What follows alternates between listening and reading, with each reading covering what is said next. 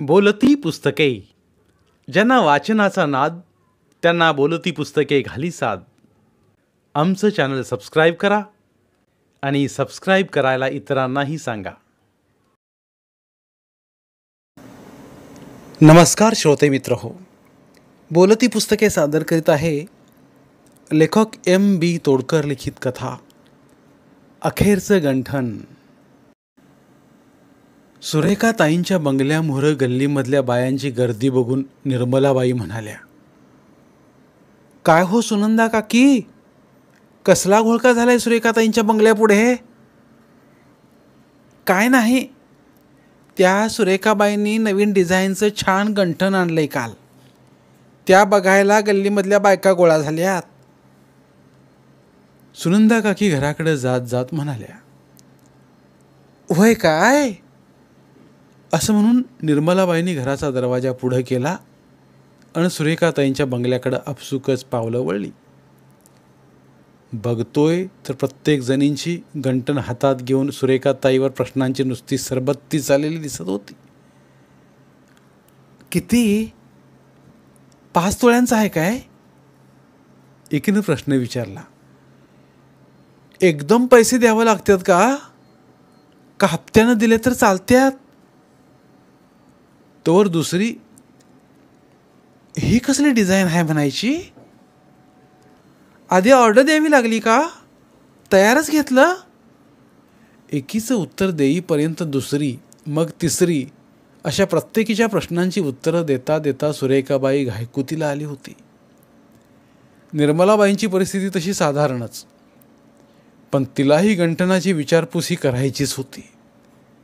पण घराची कळा अंगण सांगते याप्रमाणे अंगावरल्या वस्त्रावरून निर्मलाबाईंना वाटत होतं की आपण एवढ्या महागड्या गंठनाबद्दल विचारायला जाणार आणि कोणीतरी नाक मुरडणार. त्यापरीस बाकीच्या विचारत्या आहेत, त्यामधनं तिला उत्तरं मिळतील अशी अपेक्षा करीत थांबली ती. त्यातच समाधान मानून मुकाट्यानं सीन बघत राहिली. थोड्या वेळानं साऱ्या जणी निघून गेल्या, पण निर्मलाबाई मात्र चौकटला रेटूनच उभ्या असल्याचं पाहून सुरेखाताई म्हणाल्या, का हो, तुम्ही पाहिलं नाही वाटतं गंठन? नाही हो, मलाही पाहायचं होतं, पण उगाच गर्दीत कशाला हात घालायचा? मग हे घ्या, बघा तुम्ही पण. हातामध्ये दागिना देत ताई म्हणाल्या, ठीक आहे. ताई, किती तोळ्याचा आहे म्हणायचा हा दागिना? हे बघा, 5.5 तोळं भरतंय बघा काळ्या मण्यासह. अन सोन्याचं किती मणी बसतात ह्याच्यामध्ये? सोन्याचं साधारण 80 लहान मणी अन वाट्या शिंपल्याचं वजन, आणि आतमधल्या तारेचं वजनच फार होतंय बघा. असं होय, बरं आहे. असं म्हणून निर्मलाबाई निघून चालल्या, पण जाता जाता त्यांना राहवलं नाही म्हणून फिरून एकदा मागं वळून सुरेखाताईला काकुलतीला येत म्हणाल्या, वय हो सुरेखाताई, माझं एक काम करशीला काय? माझ्याच्यानं जमलं तर करीन की तुमचं काम, पण पैशा अडक्याचा काय असेल तर तेवढं काय सांगू नका. नाही हो, तसलं कसं सांगेन मी. मग बोला, काय काम होतं माझ्याकडं? आमचे हे 7-8 वाजता घरी येतात. मग? अहो, त्यांना जरा हे गंठन नेऊन दावावं म्हणत होते मी. बघून जरा पाना फुटला तर फुटला, असा बोलण्याचा रोख होता माझा. बाकी काय बी तसदी देणार नाही बघा. आणि हो, आमच्या मालकाने दागिना बघितला की जसाच्या तसा परत करीन बघा तुमचा जिन्नस. ठीक आहे, आमचे मिस्टर घरी आल्यानंतर त्यांना विचारून निरोप देते तुम्हाला. असं सुरेखाबाईंशी बोलणं झाल्यावर निर्मलाबाईंनी लगबगीने घर गाठले. घरी येऊन तिजोरीमधल्या साड्याखाली लपवलेला स्टीलचा लहानसा डबा उघडला. त्यामधले सोन्याचे मणी मोजले.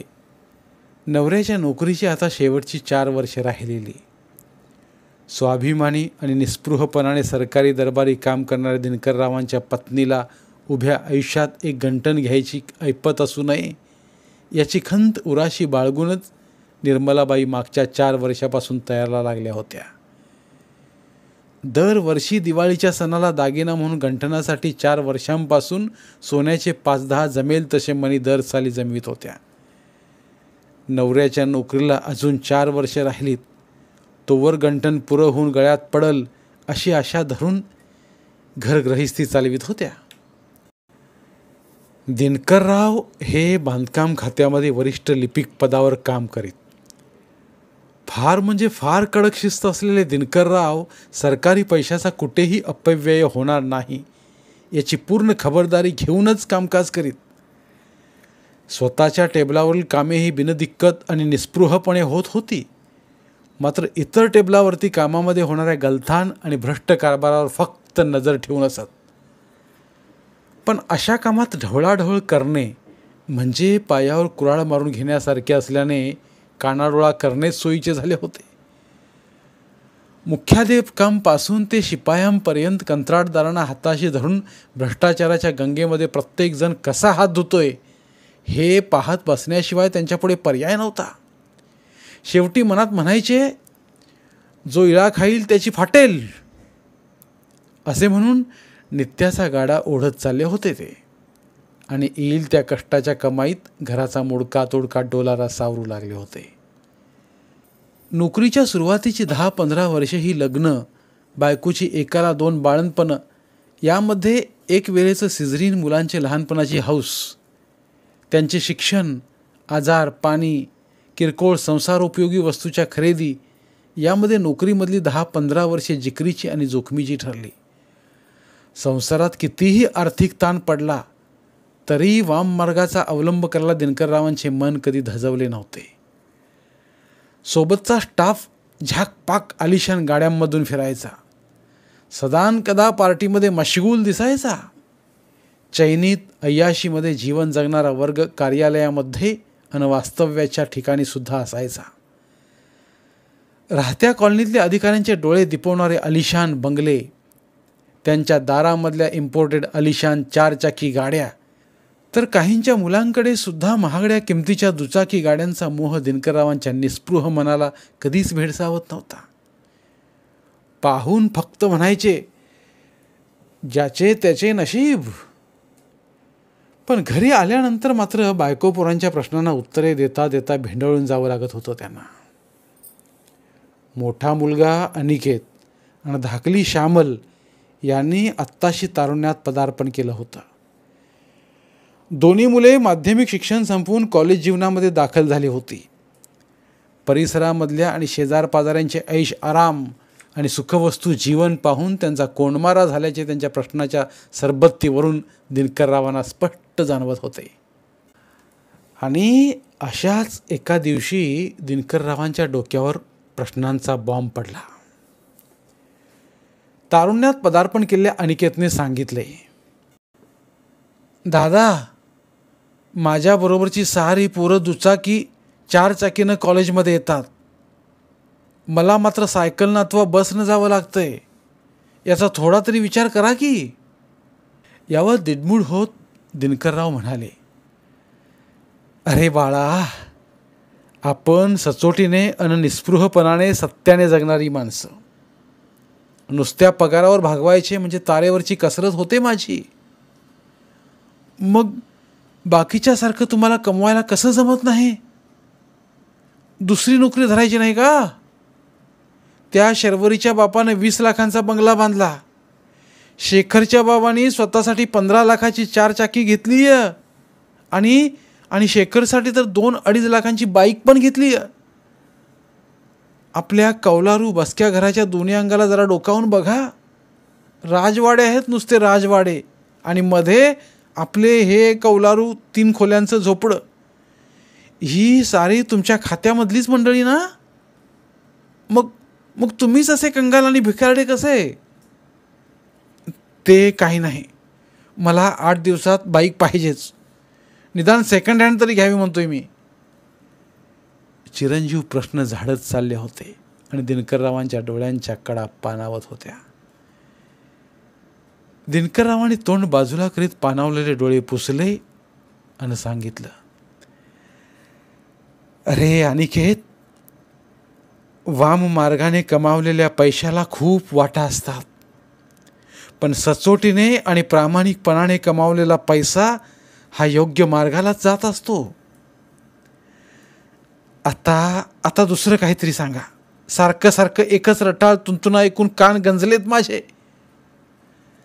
अरे बाळा, गेली 7-8 वर्षे झाली घराला. तुम्हाला लहानाचं मोठं करता करता आणि तुमच्या शिक्षणाचा खर्च पेलता पेलता घरावरलं कर्ज अजून थोडं फेडायचं राहिलंय. 1-2 वर्षात घराचे कर्ज फिटले की राहू आपणही मजेत. आणि थोडा कड काढायला लागेल बघ. अनिकेत निरुत्तर होऊन मुसमुसत होता. समोर पर्याय दिसत नव्हता. रात्रीचे 9 वाजून गेले होते.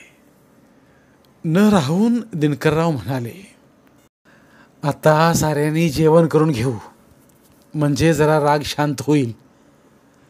नको, मला जेवायचं नाही, असं म्हणून अनिकेत वाहनं अडकवून ताड ताड बाहेर निघून गेला. एवढ्यात दिनकररावांनी श्यामलकडे वळून विचारलं, श्यामल, उठ, वाढतेस ना जेवायला? तुझी आणि काय मागणी आहे? पुढे मुलीचे आणि बायकोचे प्रश्न गुलदस्त्यातच राहिले. पोर न खाता पिता रागाने गेले आणि तुम्हाला जेवणाची पडल्या होय, असं म्हणून निर्मलाबाई घुशातच जेवण वाढायला निघून गेल्या. कुठं जातोय? तो येईल थोड्या वेळात, काळजी नका करू, असं म्हणत डोक्यावर विचारांचं मनभर ओझं ठेवतच साऱ्याने घास तुकडा खाल्ला. प्रत्येक घासाला पोरांच्या बोलण्यामधला शब्द दिनकररावांच्या मनावर घिसाड्याच्या तापल्या लोखंडावर ठोका पडावा तसा घाव पाडत होता. पण पर्याय तर नव्हताच.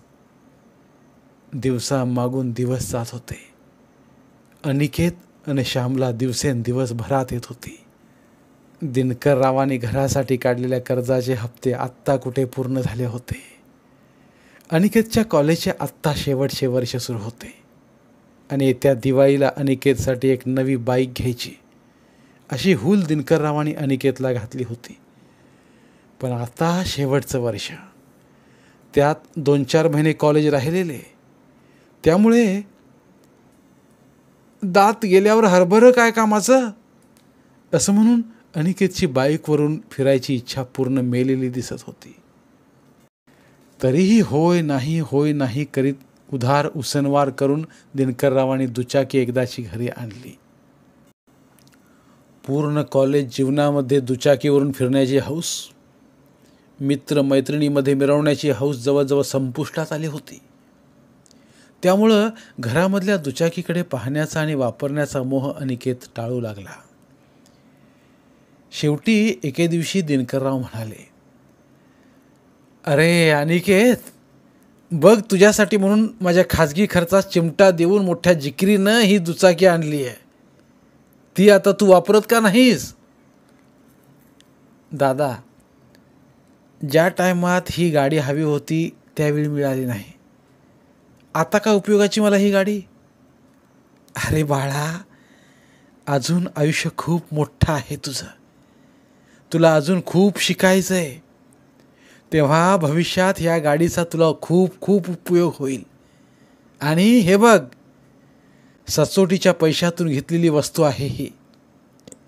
त्यामुळं तुला या गाडीवर बसल्यानंतर एक वेगळा फील आल्याशिवाय राहणार नाही. ताठ मानेनंच प्रवास करशील या गाडीवरून.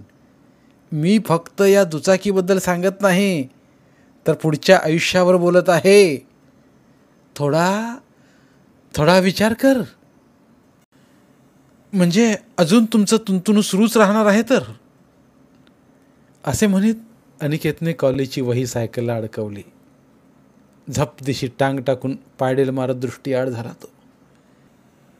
अनिकेत पहिल्या वर्षावर जातोय न जातोय एवढ्यात गल्लीमध्ये खूप मोठा गोंधळ चालल्याची जाणीव होताच सायकल माघारी वळवली. पाहतोय तर अनिकेतच्या कौलारू घराच्या दोन्ही बाजूला असल्या बांधकाम विभागाच्या वरिष्ठ अधिकाऱ्यांच्या आलिशान अशा दोन्ही बंगल्यावर ACB विभागाचे छापे पडले होते. त्या दोन्ही बंगल्यांचे मालक हे बांधकाम विभागात वरिष्ठ अधिकारी होते. त्यापैकी एक हेड होते तर दुसरे सहाय्यक होते. सकाळी ड्युटीवर निघायचे, वेळेत पडलेले छापे आणि त्यांचे पंचनामे. जप्त केलेल्या सामानांची बांधाबांध सायंकाळ झाली तरी संपली नव्हती. सारी गल्ली सामसूम आणि चिडीचुप्प होऊन राहिली होती. धनसंपत्ती, पैसा, अडका, सोने, दागिने, त्याचबरोबर घरामधल्या सर्वांचे मोबाईल आणि लॅपटॉप सारं जप्त करून घेतलं जात होतं. कॉलनीमध्ये जे निस्पृह कष्टकरी होते ते ताठ मानेने आपापल्या उद्योगाला रुजू व्हायला निघत होते. पण जे वाममार्गी होते ते मात्र आपली संपत्ती कशी आणि कुठे लपवावी याची धावपळ करताना दिसत होते. वडिलांचा प्रत्येक शब्द न शब्द अनिकेतच्या काळजामध्ये आततायी मनाला एक वेगळे वळण आणत होता. तो काळजाचा थरकाप उडवणाऱ्या ACBच्या अधिकाऱ्यांचा तपास, जाब जबाब, शेजारच्या दोन्ही अधिकाऱ्यांच्या घरामध्ये चाललेली झडती, कसून होत चाललेला शोध, नोटा, दागिन्यांच्या थप्पीचे जप्त होऊ लागलेले बॉक्स, त्याचबरोबरने जप्त होत चाललेल्या किमती आणि आलिशान 4 चाकी गाड्या, या सर्व गोष्टी अनिकेतच्या मनाला वेगळ्या वळणावर घेऊन जात होत्या. एव्हाना रात्रीचे 10 वाजायला आले होते. तपास अधिकारी दोन्ही आलिशान बंगल्यांची झडती, पंचनामे आटोपून सर्व स्टाफसह निघायच्या तयारीला लागले. तरीही जाता जाता घरच्यांना वॉर्निंग म्हणून सांगू लागले, वेळ पडेल तसे तपासासाठी पुन्हा पुन्हा यावे लागेल, असे धमकीवजा सांगून केले. ते जाताना त्या बांधकाम विभागाच्या वरिष्ठ आणि कनिष्ठ अशा दोन्ही अधिकाऱ्यांना घेऊन गेले. थोडक्यात अटकच होती ती. आणि ACB विभागाचे अधिकारी निघून गेले. गेल्यानंतर गल्लीने एकदाचा मोकळा श्वास घेतला आणि कॉलनीमध्ये पुरता बोभाटा झाला. दिनकरराव मात्र निर्धास्त वाटत होते आणि मनात म्हणत होते, कर नाही तर डर कसली, आणि पुनश्च नित्य नियमाने आपापल्या उद्योगाला लागले होते. आता ACB विभागाचे अधिकारी त्या बांधकाम विभागामधल्या अधिकाऱ्यांच्या बंगल्यावर वरचे वर चक्रा मारू लागले. दुसऱ्या दिवशी अनिकेत नित्य नियमाने उठला, आवराआवर केली आणि गेले 2-3 महिन्यांपासून धूळ खात पडलेल्या होंडा कंपनीच्या दुचाकीला कपड्याने स्वच्छ पुसून घेतले. हळुवारपणे सर्व दुचाकीवरून अलगद हात फिरविला. गाडी अंगणात आणली तशी दिनकरराव, निर्मलाताई आणि बहीण श्यामला सर्व अवाक होऊन पाहू लागले. जशी अनिकेतने दुचाकीवर टांग टाकली तसे सारे गहेवरून गेले. अनिकेत गाडीला चावी लावीत वडिलांना म्हणाला, दादा, आजपासून मी सचोटीच्या आणि कष्टाच्या कमाईमधल्या पैशातून घेतलेल्या या गाडीवरून कॉलेजला जाणार बघा. अनिकेतचे शब्द ऐकून दिनकररावांना हुंदका आवरला नाही. त्या हुंदक्या सरसी त्यांच्या तोंडून शब्द उमटले, ठीक आहे बाळ, ही गाडीच काय, पुढचे सर्वच आयुष्य तुला सचोटीने जगायला भाग पडो, हीच परमेश्वराजवळ प्रार्थना. असे म्हणत दिनकररावांनी विधात्याला दोन्ही हात जोडले आणि परमात्म्याची धन्यता मानू लागले. त्या दिवसांपासून अनिकेत वडिलांच्या वाम मार्गाने न कमावलेल्या कमाईबद्दल चुकीचे भाष्य करणे टाळू लागला. आता दिनकररावांच्या नोकरीची 5-25 वर्ष हा म्हणता निघून गेली. आता समोर उभा होता तो मुलीच्या लग्नाचा डोंगर. या दिव्यातून पार पडायचे तर पुन्हा कर्जाचा डोंगर उभा राहणार, या विवंचनेतून दिनकरराव आणि निर्मला दोघेही अस्वस्थ झालेले होते. पण काहीतरी मार्ग हा काढावाच लागणार होता. अधूनमधून श्यामलच्या लग्नाविषयी पै पाहुण्यांचे निरोप येतच होते. पण पैशाच्या ओढात आणि मागचे कारण न दाखवता मुलीचे ग्रॅज्युएशनचे पुढील वर्ष संपल्यानंतर बघू असे सांगून टोलवत राहिले. आणि असे टोलवता श्यामलचे ग्रॅज्युएशन पूर्ण झाले. श्यामल तशी अंगापिंडाने धडधाकट होती. अतिशय रूपवान नसली तरी 4 चौघीत खुलून दिसण्यासारखी होती. आणि अशाच एके दिवशी श्यामलला पाहायला म्हणून पाहुणे आले. मग काय, दिनकररावांची धांदल सुरू झाली. कितीही नाही म्हणलं तरीही पाहुण्यांनी घाट घातलाच आणि हा म्हणता श्यामलचं लग्न ठरलं. पाहुण्यांनी श्यामलच्या रूपाकडे आणि गुणांकडे पाहून थोडक्या मानपानात होकार देत लग्न उरकून टाकलं. मनाच्या लाजनं का होईना थोडा खर्च हा करावाच लागला. पुन्हा दिनकररावांनी फंडावर कर्ज काढलं. नोकरीची सेवानिवृत्ती तर अवघी 2 वर्षावर येऊन ठेपलेली. पण पर्याय नव्हता. घरामधले सर्व किरकोळ दागदागिने मोडले आणि लेकीचा संसार उभा करून दिला. अनिकेतनेही आता पडत्या फळाची आज्ञा म्हणून ग्रॅज्युएशन नंतर पोस्ट ग्रॅज्युएशनच्या दिशेने वाटचाल चालू केली आणि त्यामध्ये तो यशस्वी होत गेला. दिनकरराव आता खरोखरच थकत चाललेलीची जाणीव अनिकेतला होत होती. त्याने आता स्वतःच्या पायावर निर्भर राहण्याचा निर्णय घेतला. कुठे कुठे खाजगी शिकवण्याकरीत अधूनमधून संगणकाची कामे मिळवत वडिलांच्या प्रपंचाला हातपार लावीत चालला होता तो. त्यामुळे दिनकरराव अनिकेतच्या लग्न खर्चाबाबत निश्चिंत होते. आणि अखेर तो प्रसंग आलाच. शेवटी अनिकेतला एका संस्थेकडून जॉबची ऑफर आली. पण डोनेशनची अट न परवडणारी होती. पण दिनकररावांनी संस्थेकडे जंग पछाडले. घासाघीस करत डोनेशनची रक्कम कमी करून घेतली आणि अनिकेतचे जीवन सार्थ झाले. पण एवढ्या सर्व धामधुमीत दिनकरराव मात्र पुरते कंगाल झाले आणि पत्नी निर्मलाबाईंना लंकेची पार्वती होऊन राहावं लागलं. अजून विषय राहिला होता तो अनिकेतच्या लग्नाचा. 2-4 स्थळे येऊन गेली. काहींनी नाकं मुरडली तर काहींनी तुटपुंजा कमाईवरून नकार दिला. पण एका स्थळाने होकार दिल्यावर अनिकेतचे लग्न उरकून घेतले. अनिकेत आता बऱ्यापैकी स्थिर स्थावर झाला होता. पण नोकरीचे ठिकाण राहत्या घरापासून खूप दूर असल्याने आणि कामाचा ताण जास्त असल्याने त्याने बिराडासह कामाच्या ठिकाणच्या जवळपासच राहणं पसंत केलं होतं आणि आईवडिलांपासून आता दूर राहू लागला. जॉबच्या जवळपास भाडोत्री खोली घेऊन पत्नीसोबत राहू लागला तो. कुटुंबात आता एकाला 2 व्यक्ती झाल्यानं खर्चाचं प्रमाणही वाढलं. त्यामुळं आईवडिलांच्या प्रपंचासाठी अनिकेतला मदत करणं दुरापास्त झालं. एके दिवशी दिनकरराव म्हणाले, हे बघ अनिकेत, आमच्या आर्थिक अडचणीची तू अजिबात चिंता करायची नाही. सूनबाईंसाठी काही कमी पडू द्यायचं नाही. तुम्ही दोघांनी समाधानानं संसार चालवावा एवढीच आमची अपेक्षा. तशी माझी नोकरी अजून 1-2 वर्ष शिल्लक आहे. त्यानंतर माझी तुटपुंजी का असेना मला पेन्शन मिळेल. त्यामुळं आमची काळजी अजिबात करायची नाही. यावर अनिकेतनं भाऊक होत विचारलं, होय पण दादा, माझ्या नोकरीसाठी डोनेशन म्हणून काढलेल्या कर्जाचं कसं होणार? ते माझे मी बघतो. जेवढे 2 वर्षात फिटेल ते फिटेल. उरलेलं कर्ज माझ्या नोकरीनंतर मी फंड ग्रॅच्युइटीमधून फेडायचा प्रयत्न करीन. ठीक आहे दादा, असं म्हणून अनिकेत निघून गेला. बघता बघता दिनकररावांच्या नोकरीची 2 वर्षे निघून गेली आणि अखेर त्यांची सेवानिवृत्ती झाली. खात्यामधल्या लोकांनी दिनकररावांचा सपत्नीक सत्कार करून निरोप समारंभ साजरा केला. त्यांच्या निस्पृह आणि सचोटीच्या नोकरीमधील 33 वर्षे प्रामाणिकपणे पूर्ण केलेली पोहोचपावती मिळाली. त्यांचा निरोप समारंभ काहींना रुचत होता तर काहींना टोचत होता. तरीही दिनकरराव हे स्थितप्रज्ञ होते. सुखा समाधानाने झाली सेवानिवृत्ती ही त्यांना मोलाची वाटून राहिली.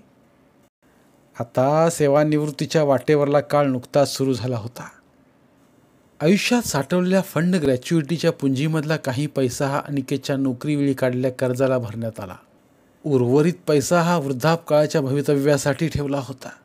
आता महत्त्वाचं एक, निर्मलाबाईंचं गंठनाचं स्वप्न पूर्ण करण्यास दिनकरराव अधीर झाले होते. अशाच एका दुपारी निर्मलाबाईंनी विषय काढला. अहो ऐकलत का? माझी सोन्याच्या गंठनाची तेवढी हौस पुरी करा ना. होय हो, आता तेवढं एक काम राहिले बघा. तुमच्या गळ्यात एकदाचं गंटन घातलं की मग मी मरायला मोकळा झालो बघा. अहो असं कसं बोलताय? तुम्ही गेल्यावर गंठन काय कामाचं मला? तसं नव्हे हो, एक बोलण्याचा भाग होता तो. बरं आहे, आणा बघू तुमचा तो साठलेल्या सोन्यांच्या मण्यांचा डबा. निर्मलाबाईंनी तिजोरीमधला गंठनासाठी साठवलेल्या सोन्यांचा मण्याचा डबा सोप्याला आणून दिनकररावांच्या हाती दिला. माझ्याकडे कशाला देताय? किती मणी आहेत ते? अहो, चिमणी जशी काडी काडी गोळा करून घरटं उभारते तसं दरवर्षी दिवाळीला 5-10 मणी गोळा केले आहेत बघा. हे साधारण 80 मणी आहेत. मग किती वजन होईल मण्यांचं? होईल की 2 तोळ्यांच्या आसपास. मग गंटनासाठी म्हणून अजून किती तोळं सोनं घ्यावं लागलं आपल्याला? तरी बघा, वाट्या, शिंपले, सोन्याची तार असं मिळून 4-1 तोळं सोनं लागेल. हो बघा, गंटन पुरं व्हायला. आणि काय होईल ती मजुरी? म्हणजे आज रोजी 30,000 तरी भाव असेल सोन्याचा. नाही म्हणलं तरी 1,00,000-1.5 लाख तरी लागतील तुमच्या गंटनासाठी. होय काय? एवढं पैसे लागतील अजून? आता हे बघ, अनिकेच्या नोकरीवेळच्या डोनेशन पायी काढलेलं कर्ज भरून सध्या 3 लाखाच्या आसपास रक्कम राहिल्या माझ्याकडं. त्यामधून 1.5 लाख गंटनासाठी खर्च झालं तरी म्हातारपणाची काठी म्हणून आपल्याकडं 2 लाखाच्या आसपास रक्कम राहते बघा. अगं बाई, मग पार उघड्यावर पडू की आपण? मेलं राहू दे ते गंटन. नकोच मला मग ते गंटन. का हो, अशा उदास होऊ नका. काहीतरी होईल की तजवीज म्हातारपणाची. आपला मुलगा कमावता आहे, तो काय उघड्यावर टाकणार नाही आपल्याला. तो करेल हो आपली व्यवस्था. पण पण त्याचं कुटुंब ही व्यवस्थित चालायला नको का? तुम्ही काळजी करू नका. मी आजच बँकेमधून पैसे काढून घेऊन येतो. तोवर तुम्ही अंगावरली साडी चोळी आवरून घ्या. पावसाळ्याचं दिवस होतं.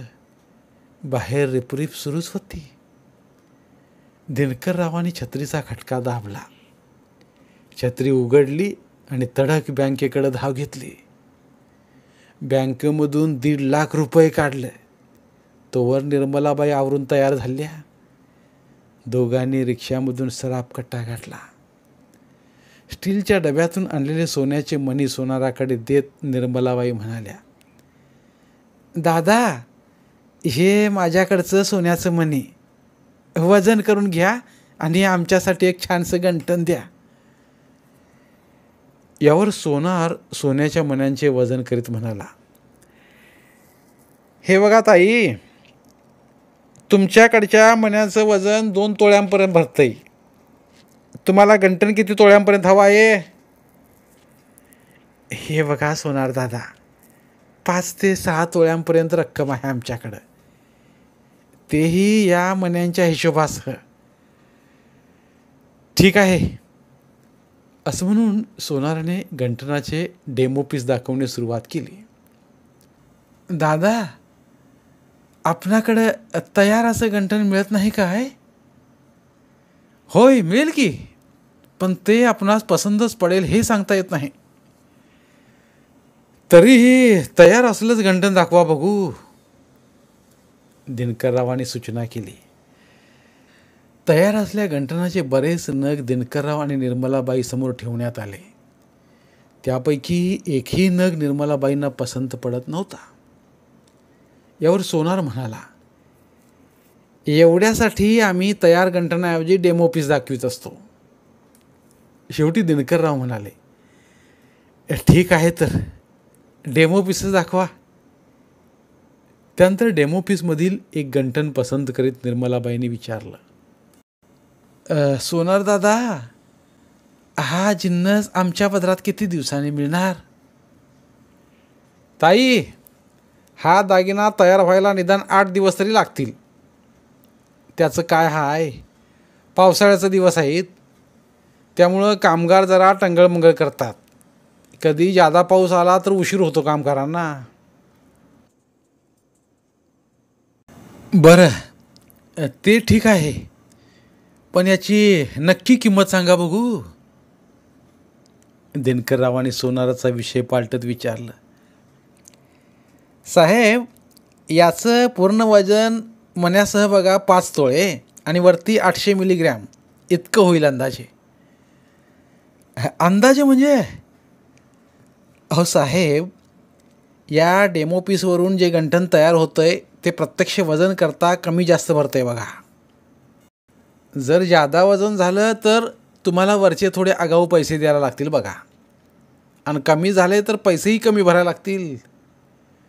तसा काय जास्त फरक पडत नाही, एखाद दुसरा ग्रॅम कमी जास्त होतोय बघा. असं होय, मग ठीक आहे. मला वाटलं काय मोठा फरक असतोय वाटतंय. बरं, मग हे गंठन फायनल करू नव्हे? हो, नक्की फायनल करा.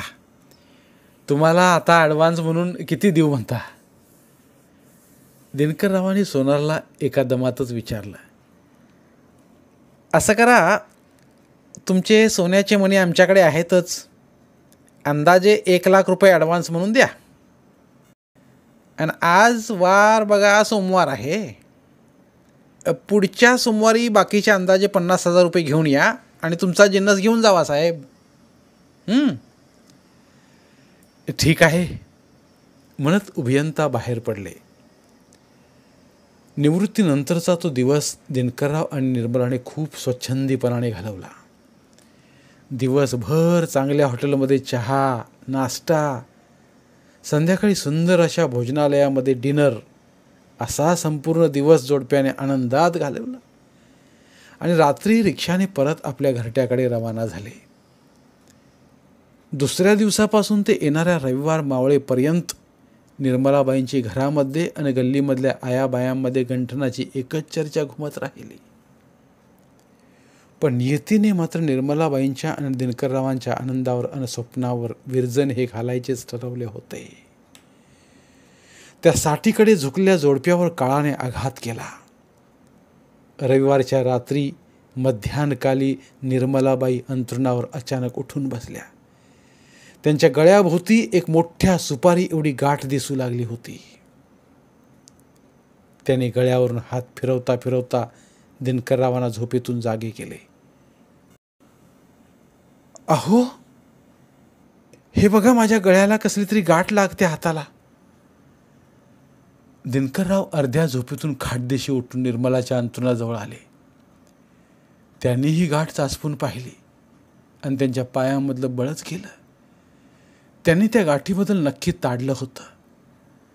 सकाळी तडक उठून गल्लीमध्येच राहणाऱ्या फॅमिली डॉक्टरला घरी आणलं. डॉक्टरांना तपासणी केली. बाहेर येऊन दिनकररावांच्या कानात कुजबुजून सांगितलं, अजिबात वेळ घालवू नका. ताईंना कॅन्सर हॉस्पिटलला घेऊन जावे लागेल, तिथेच काय ते निदान लागेल बघा. डॉक्टर सल्ला देऊन निघून गेले. तातडीनं रिक्षा केली. तळक मिरजेच्या सिद्धिविनायक कॅन्सर हॉस्पिटल गाठलं. दिनकरराव आता मात्र पुरते पुरते खचून गेले होते. हात पाय धर देत नव्हते. आता काय होणार? निदान पॉझिटिव्ह आले तर पुढला आर्थिक भार कसा पेलायचा याचीच चिंता भेडसावत राहिली होती त्यांना. दवाखान्यात दाखल केल्यावर तज्ज्ञ डॉक्टरांनी पेशंटला ॲडमिट करून घेतले. तपासण्या झाल्या. रक्ताचे नमुने तपासले. गळ्याभोवतीचे गाठीचा नमुना पुढे लॅबला पाठवण्यात आला आणि अनर्थ ओढवायचा तो ओढवलाच.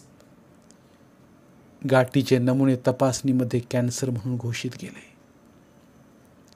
आता पुढील ट्रीटमेंट चालू झाली होती. दरम्यान दिनकररावांनी अनिकेतला आणि मुलगी श्यामललाही बोलावून घेतले.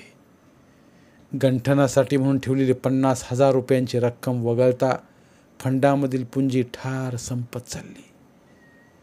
बघता बघता निर्मलाबाईंचा गळ्याच्या कॅन्सरचा आजार बळावत गेला. शेवटी ऑपरेशन नंतर अन्ननलिकेत पाईप बसवण्यात येऊन निर्मलाबाईंच्या शरीराला आता पाईपद्वारेच अन्न पुरवठा होऊ लागला. तब्बल महिन्याभराच्या उपचारानंतर जवळचे सर्व पैसे संपल्यानंतर दिनकररावाने आता डोकीला हात लावला. पुढच्या खर्चाची तजवीज करणं गरजेचंच होतं आणि इतके करूनही पेशंट हाताला लागेल याची शाश्वती डॉक्टर देऊ शकत नव्हते. पण दिनकररावांनी धीर सोडला नाही आणि धीर सोडणंही या घडीला योग्य वाटत नव्हतं. बराच विचार करीत त्यांनी होय नको करीत अनिकेतकडे पैशाबद्दल विचारणा केली. अनिकेतनेही कोणताही विचार न करता बिनदिक्कतपणे शक्य होतील तेवढ्या पैशांची तजवीज केली. निर्मलाबाईंचा रोग बळावत चालला होता. हातामधल्या रकमेमधून दवाखान्याचे बिल भागवले, उरले सुरले कनवटीला ठेवले. पण शेवटी डॉक्टरांनी सूचना दिली, काका, पेशंट आता हाताला लागेल अशी शक्यता कमी वाटते. तेव्हा पेशंटला घरी घेऊन जा. जेवढे दिवस शक्य होईल तेवढे दिवस सांभाळ करा. बाकी देवावर भरोसा ठेवा. इतकं सांगून डॉक्टरांनी डिस्चार्ज लेटर दिनकररावांकडे सुपूर्द केलं आणि पुढल्या पेशंटच्या तपासणीसाठी म्हणून निघून गेले ते. दिनकररावांना आता पुरतं अंगवळणी पडलं होतं. पुढले शक्य तेवढे आयुष्य एकट्यानेच घालवायची अशी मनाची घट्ट तयारी केली त्यांनी. ॲम्ब्युलन्स बोलावून घेतली. एखादा मुर्दा ठेवावा तसा निर्मलाबाईंचा देह गाडीत ठेवण्यात आला. ॲम्ब्युलन्स अखेर दारात आली. कॉलनीमध्ये हल्लकल्लोळ झाला.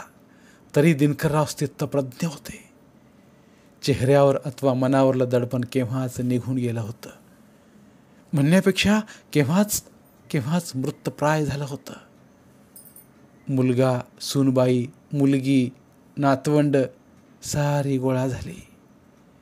निर्मलाबाईंच्या गळ्याभोवती पायपांचं जाळं विणलं होतं.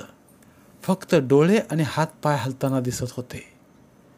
2 दिवस कसेबसे ढकलले आणि तिसऱ्या दिवशी सकाळी निर्मलाबाईंनी पतीला जवळ बोलावून घेतलं आणि हातवारे करून गळ्याभोवती हात गोल फिरवून खुणावलं.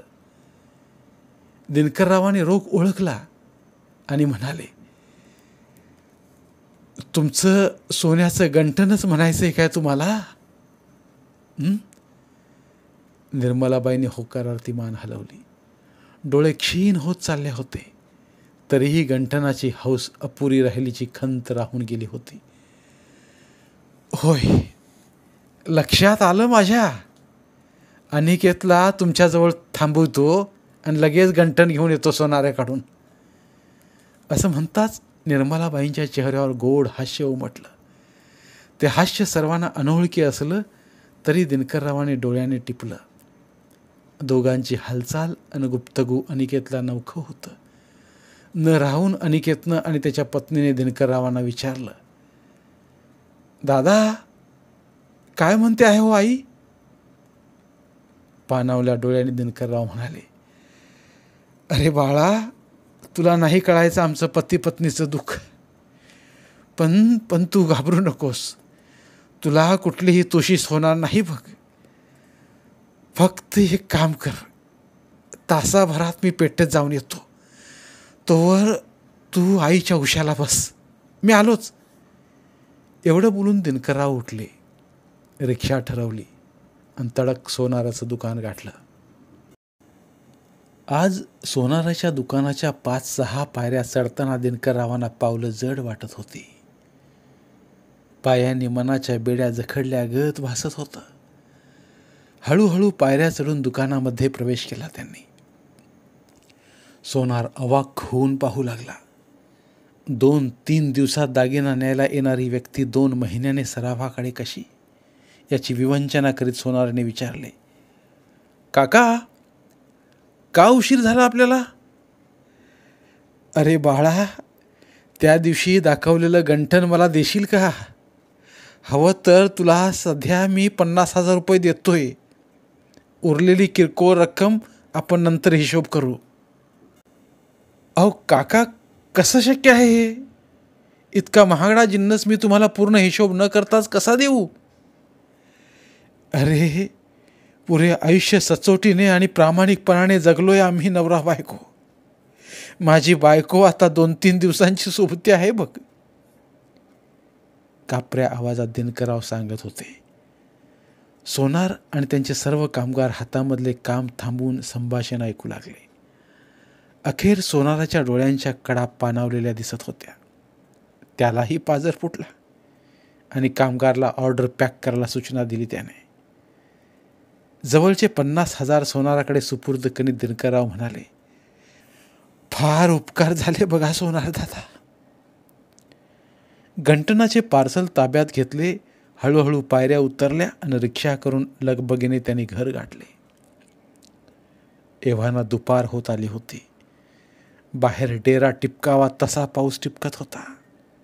रिक्षामधून उतरून दिनकररावांनी घरात पाऊल ठेवले आणि जर्जर क्षीण होत चालल्या पत्नीकडे डोळे भरून पाहिले. पिवळा पडलेला निर्मलाबाईंचा चेहरा उजळल्यासारखा वाटत होता. दिनकररावांनी लगबगीने बॉक्समधून सोन्याचे गंठण काढले. सूनबाईच्या हातामध्ये सुपूर्द करीत सांगितले, सूनबाई, गंठण एवढं निर्मलाबाईंच्या गळ्यात घाला बघू.